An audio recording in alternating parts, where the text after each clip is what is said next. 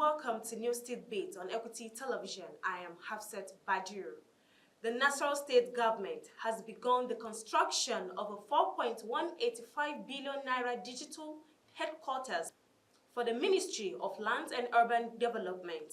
Governor Abdullahi Sile, during the foundation laying ceremony, said the project is part of efforts to modernize land administration and fully digitalize land records in the state.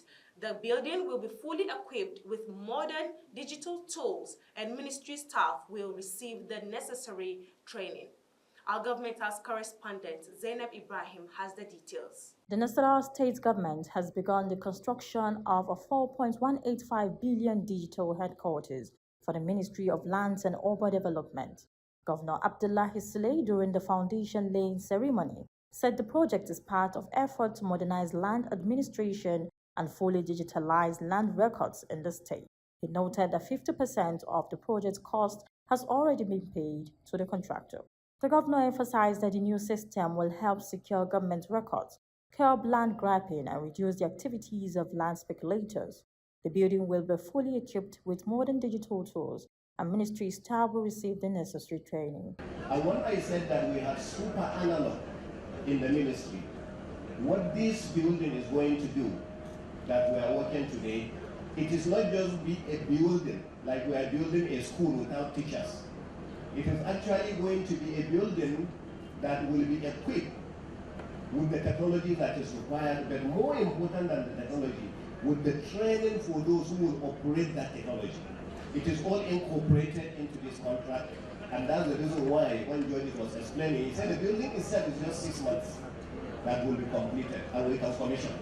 But then being able to equip it, to furnish it, and to train the people that will manage it in order to bring the standard. Commissioner for Lands, Barrister David Moyi, described the project as aligned with the governor's vision for a modern technology-driven land administration system, which has already increased the ministry's revenue from 35 million naira to 1.7 billion naira. For many years, the ministry operated with manual processes which showed down critical administrative functions. Today, under the guidance of His Excellency, my father, we are breaking away from the limitation and opening a new chapter of progress. The new building, as it is integrated digital system for ecosystem, will provide a modern, secure, and conducive working environment, enabling real-time access to digitalized land records, improve transparency and eliminate administrative bottleneck, enhance urban planning through accurate GIS mapping, strengthen revenue generation through efficient processes. The project's contractor, GIS Transport, assured that international standards will be applied. Traditional rulers, including the emirs of Lafia and Nasarawa, commended the governor's commitment to improving land administration. The digital headquarters is expected to be completed within 6 months. Justice Maryam Hassan of the Federal Capital Territory High Court has ordered the remand of former Minister of Labor and Employment, Chris Ngige, at the Kuje Correctional Center. Ngige was arraigned by the EFCC on 8 counts bordering on corruption and alleged unlawful conferment of advantage in contract awards during his tenure from 2015 to 2023. He is also accused of receiving millions of naira in gifts through his organizations. Ngige pleaded not guilty, and the court scheduled his bail hearing for Monday.